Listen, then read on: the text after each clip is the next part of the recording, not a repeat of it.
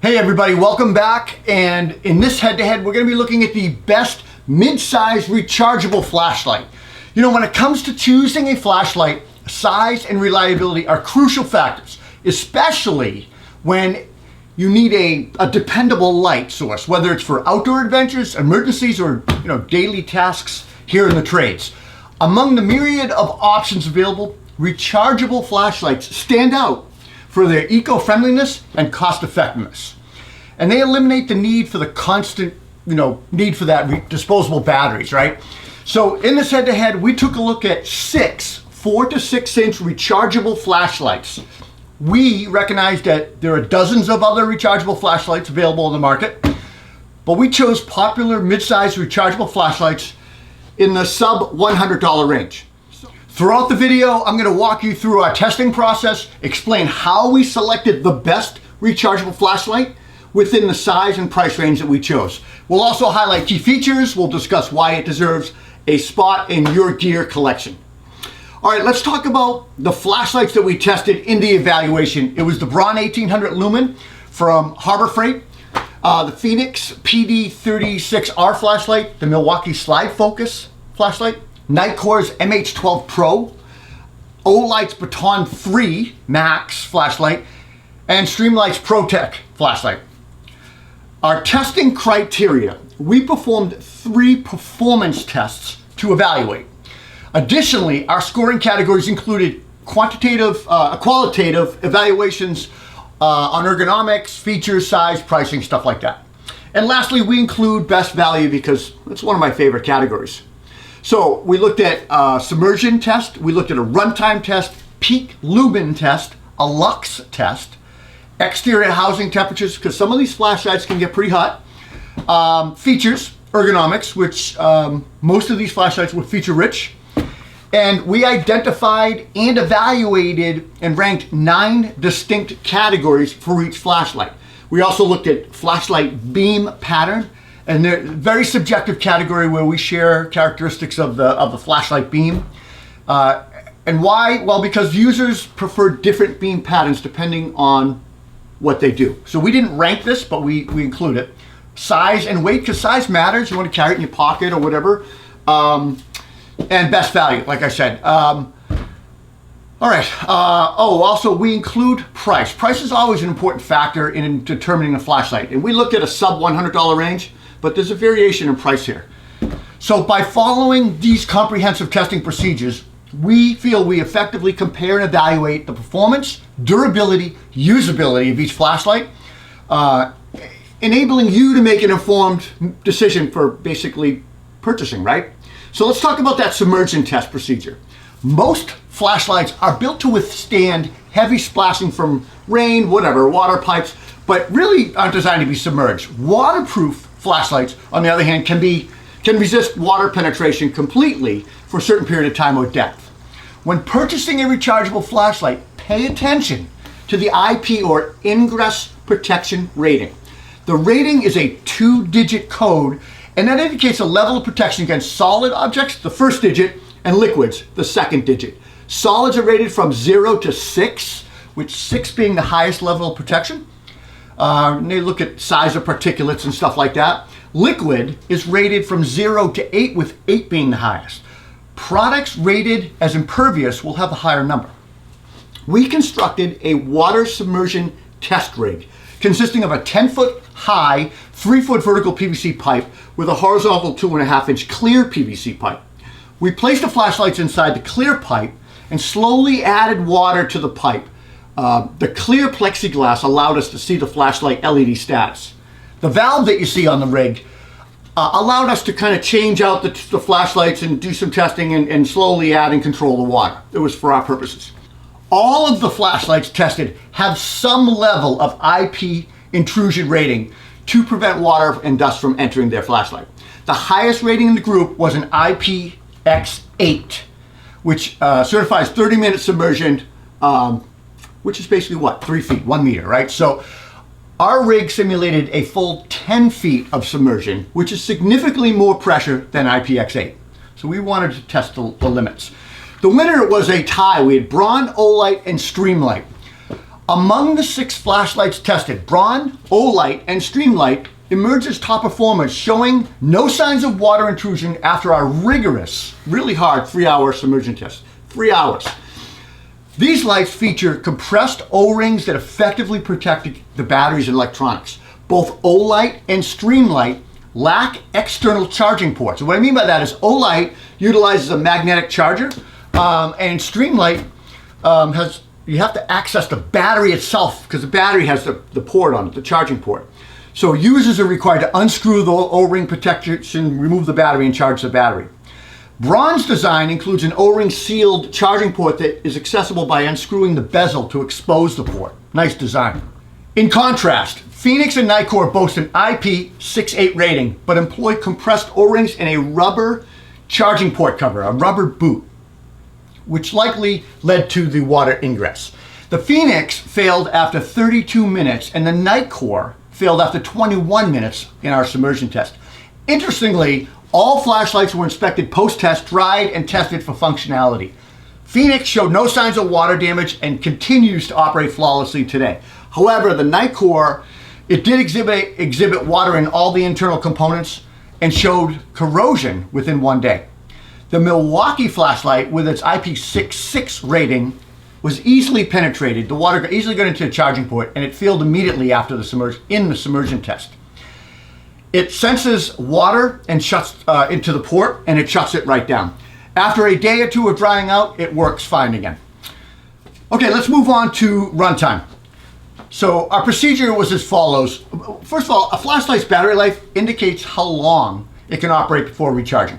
So to assess this, we utilized a light meter, TK lamp TK2303, and we measured and documented the runtime performance of each flashlight.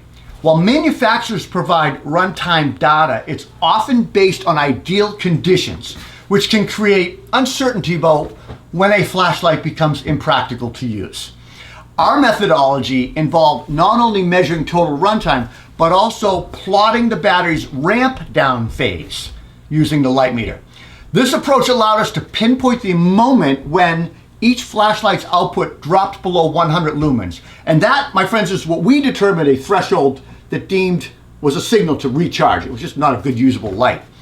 During testing, all the flashlights were operated in their highest continuous setting, and we employed a time-lapse camera and a digital clock to capture the light meter recordings every 10 minutes until that output dropped below 100 lumens. The behavior of the flashlights varied during the runtime test.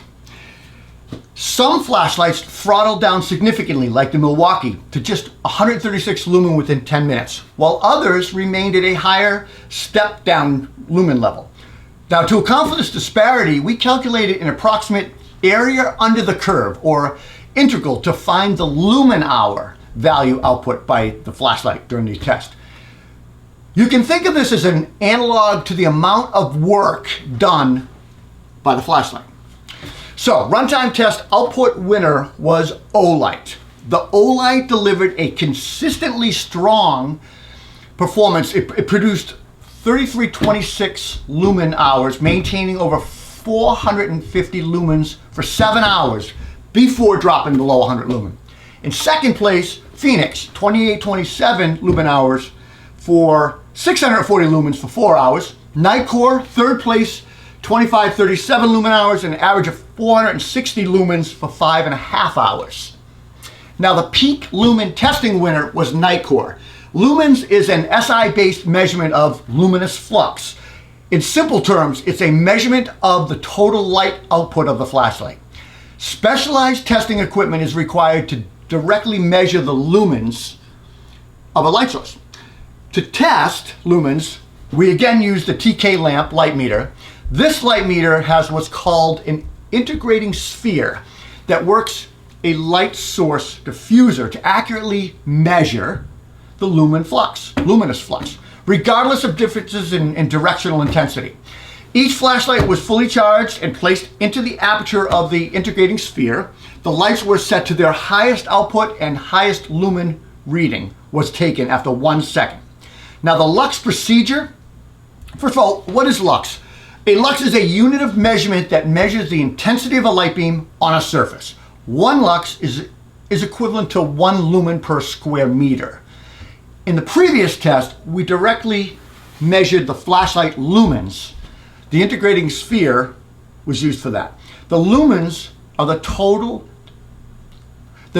amount of light that is being produced by the flashlight, while lux is the amount of light that is illuminating the surface a distance away from the light. I hope that makes sense. Two flashlights within the same lumen rating may have vastly different lux measurements depending on the focusing behavior of the lenses. A broad diffuse beam will have a lower lux reading than a narrow kind of focused beam.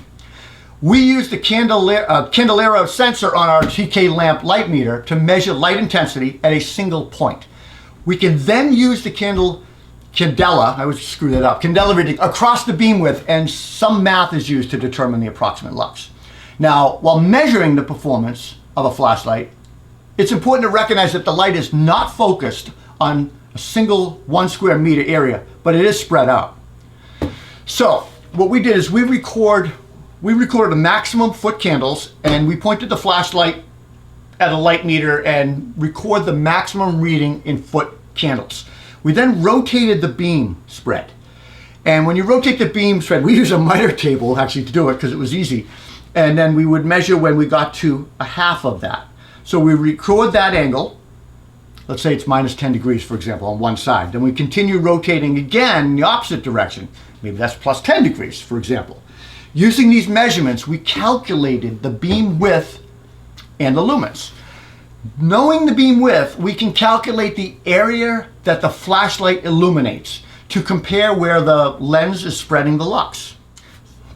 All right, I know I got a little technical there, and sometimes I get lost in my thoughts on this, but the lux test winner was Nitecore. Now, Nitecore came in at 1607. Okay, this doesn't really come to a surprise to us because given the very intense spotlight beam that the Nitecore produces, it's a really bright beam.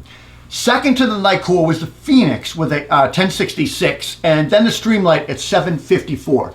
Now, while it's easy to generalize that more lux is better, there's a nuance to the beam behavior that may be heavily influenced by user preference. So the bottom 3 performers in the lux category all have very uniform beams with no intense center spotlight.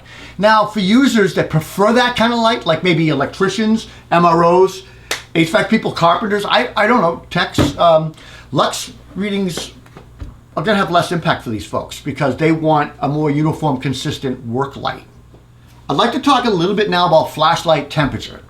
So our procedure was pretty simple, with the invention and ensuing widespread adoption of LED lighting, bulbs and stuff, many homeowners have noticed that you have much cooler temperatures of equivalent light bulbs.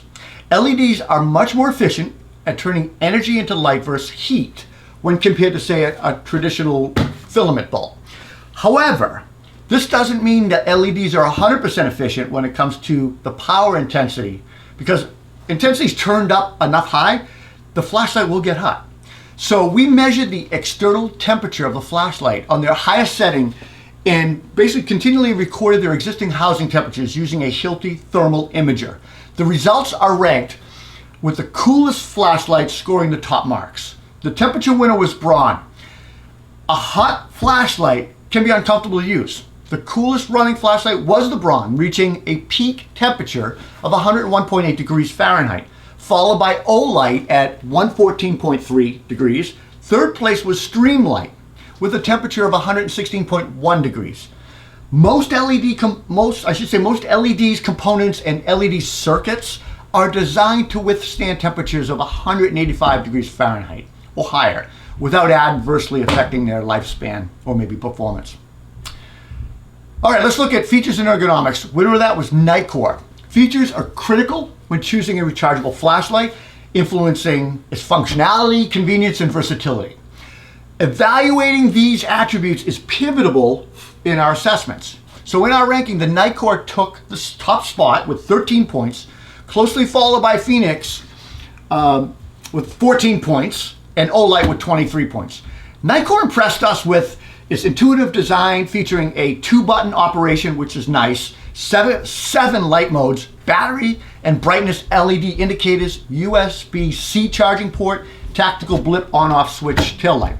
It stood out as the most feature-rich and user-friendly flashlight in our tests. Fenix offered similar additional brightness levels, but it fell short in the absence of battery brightness LED indicators, which affected its score. Olight excelled with excellent brightness levels and a robust pocket clip and feature-rich set.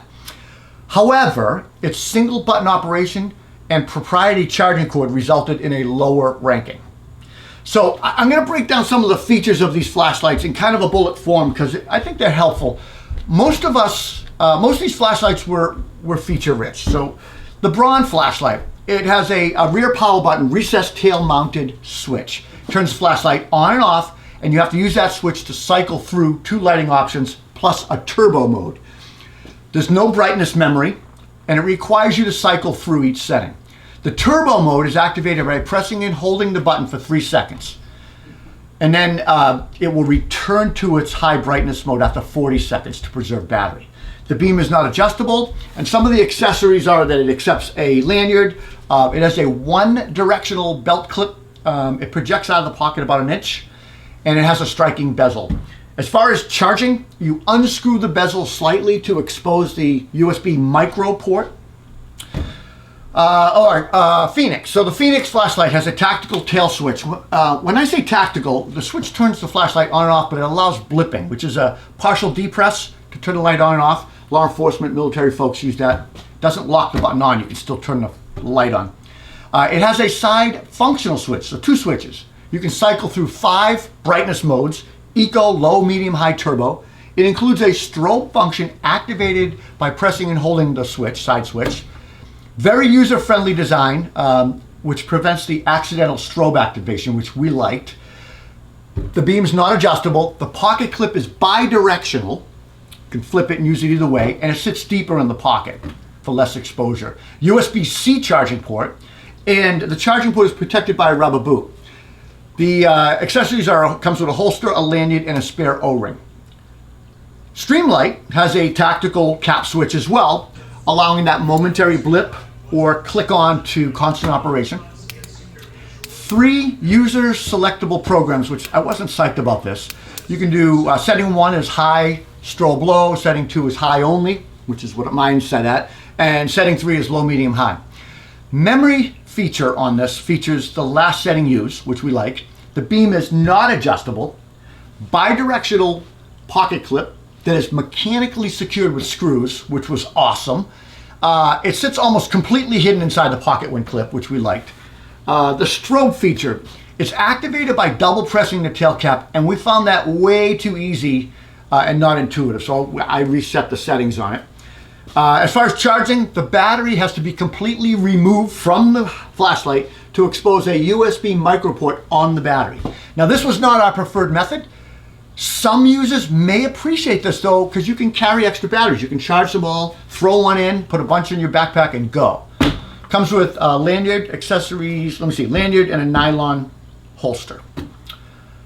Okay, the Milwaukee flashlight, largest flashlight in the group that we tested. Tail cap switch, slide focusing bevel, so it gives you can adjust from flood to spot, which is nice. It provides, the cap provides a user feedback, green charge, yellow, red, flashing green and red indicates a malfunction. There is a boost mode. It has a memory feature, so it remembers the last brightness setting. And then if you hold the power button down, you can cycle through the brightness modes. Charging, you have to rotate this little metal cover to expose the USB-C port, and this is where the water got in. There's no rubber there. There is an option to swap out additional red lithium USB batteries. For minimal downtime, you can carry extra batteries. Bidirectional pocket clip, it kind of keeps the flashlight about 2 inches out of the pocket line, which I thought was a little bit too high. Olight. Olight has a side power switch, powers light on and off. You can cycle through 5 brightness modes and strobe. Memory feature, which is nice. The beam is non-adjustable, but you can lock and unlock the flashlight. I don't know, I guess that's important to some people. To lock it, you press and hold the switch for less than a second, and a red indicator light indicates it's locked. To unlock it, You hold it for more than a second and moonlight mode is on. I don't know. It's just a feature to me that I didn't like it. You can get the flashlight in multiple colors, the housing. It has a very long bidirectional clip, low carry, and it was the strongest gripping clip out of all the flashlights. No lanyard. To charge the Olight, you have to use a proprietary charging cord with a magnetic charger plate. If you lose it, you're screwed. There is a battery indicator. Red indicates, needing charge, below 5%, whatever. Accessories are kind of cool. It has a metal L-shaped mounting bracket, a soft storage bag, and a nylon holder. The Nitecore. The Nitecore flashlight has a protected tilt switch with a tactical blip design. There is a side button, and again, the team favored the flashlights with the side buttons. The side button switches between 5 light modes plus strobe, beacon, and SOS mode. Hope you never need that one. You hold down the side button for additional options. There is a memory feature, which remembers the last lighting section.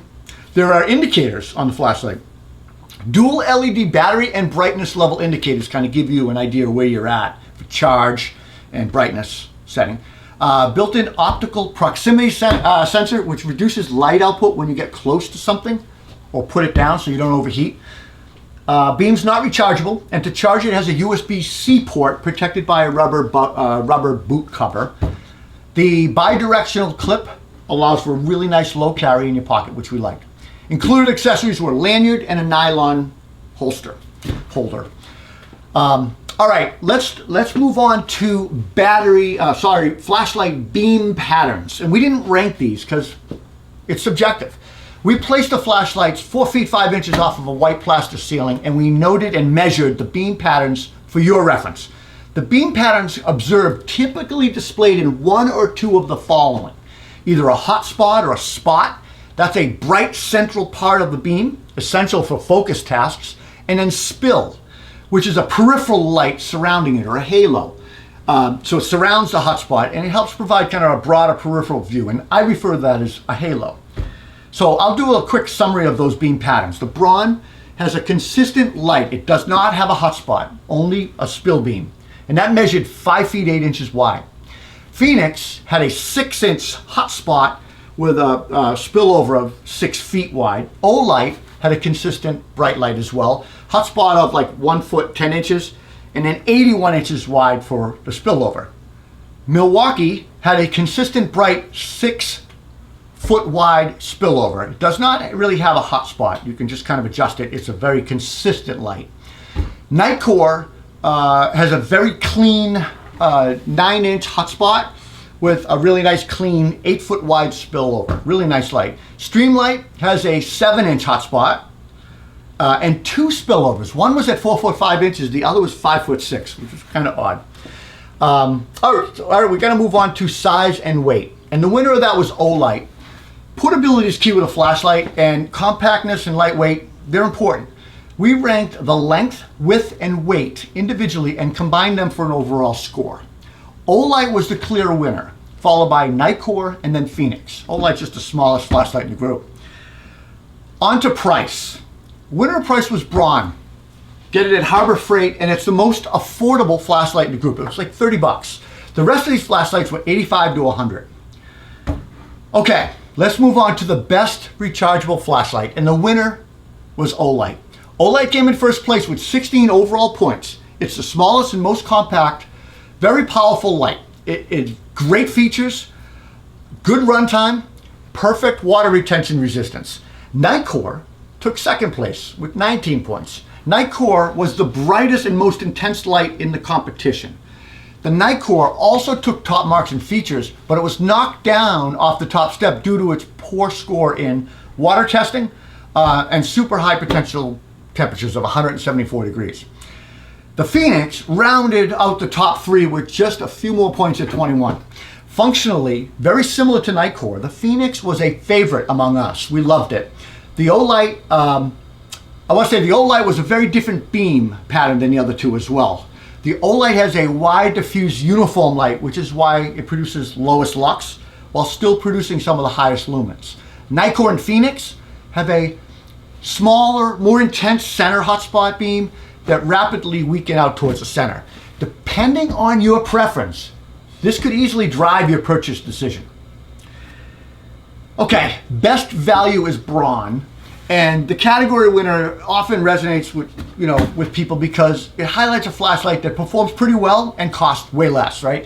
Because of its huge price disparity, the best value flashlight was the Braun. It was $55 less than the next highest flashlight at $85. We get it at Harbor Freight for $30. It did well, exceptionally well in the water and temperature testing and scored 4th overall. So to conclude, guys, lithium-ion rechargeable batteries, despite their higher initial costs, offer significant long-term advantages and savings. Their longevity and hundreds of recharge cycles result in lower costs per use compared to disposable batteries. These batteries provide consistent power output, ensuring prolonged brightness and maintaining readiness during their long shelf life, even with infrequent use. Environmentally, they replace hundreds of disposable batteries, reducing waste and resource consumption and supporting sustainability by lowering the demand for single-use batteries, minimizing the environmental footprint, right? We got lots of comments on how we get to our final rankings in our head-to-head tests, and there are dozens of ways to compare flashlights. There's other flashlights we didn't look at. Our goal in our testing was to achieve a repeatable, consistent results, and we try to share all of our data with you. If you don't like something, let's say you don't like how we rank something, no problem. Just take it out of the matrix and re-rank it the way you want. The data is there. Some things are more important than others to you, and vice versa. But hopefully our goal is that you'll find this head-to-head useful when considering purchasing a rechargeable flashlight. Guys, please take a look at some of our other head-to-heads out there. We've done some really fun ones and some amazing ones that you should see. You can check them out at toolboxbuzz.com or here on the YouTube channel. I'm Rob Robillard. We'll see you at the next head-to-head test.